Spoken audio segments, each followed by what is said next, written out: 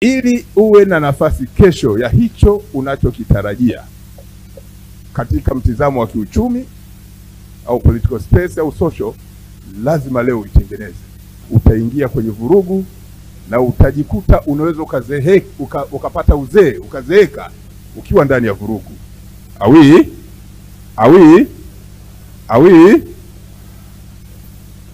vijana, mna nafasi na fursa kubwa sana, lakini pia mnao nafasi ya kujitafakari sana katika misukumo ya mihemuko ambayo mnakuwa nayo kulingana na aina ya makundi au watu ambao unashiriki nao katika mawazo tofauti tofauti. Kuwa na fikra chanya au hasi katika kujadili jambo si jambo baya katika mtizamo wa kitaaluma, wanazuoni mnafahamu, lakini kuipeleka ile mitizamo katika vitendo vya vurugu, hapo ni jambo ambalo linakuwa linaleta taswira ambayo inakuwa inakinzana wakati mwingine na sheria. Zipo principles zile za waliosoma sijui kama bado hizo vitabu wanavisoma watu kina Marx na kina Lenin wakati ule, zile principles za the law of negation of negation, yani vitu vinakuwepo kwa kusababishana.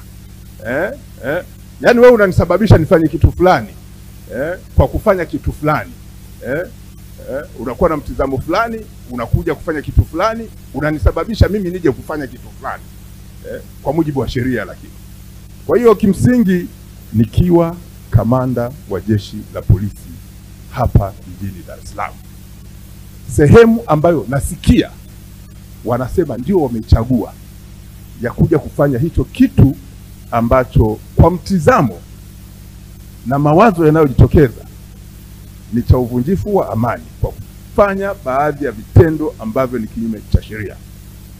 Na sisi kwa sababu tumeapa, maanake sisi tunaapa, law enforcement agencies, kabla kufanya haya majukumu tunaapa kwanza kuilinda nchi, pili kuwalinda watu, tatu kulinda mali halali za watu. Yani nyinyi mna mali zenu, hata simu, hata kibegi, kwamba mtu asichukue.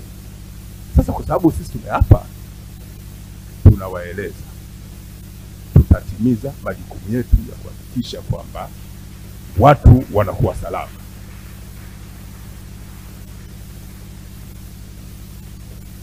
Siku hiyo watu wajitokeze kwenda kupiga kura, wafuate taratibu za kisheria.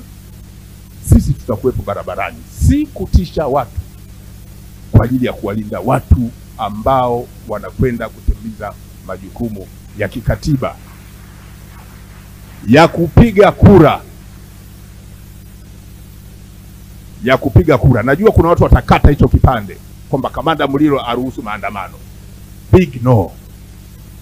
Siku hiyo hakuna maandamano wala hakuna vurugu.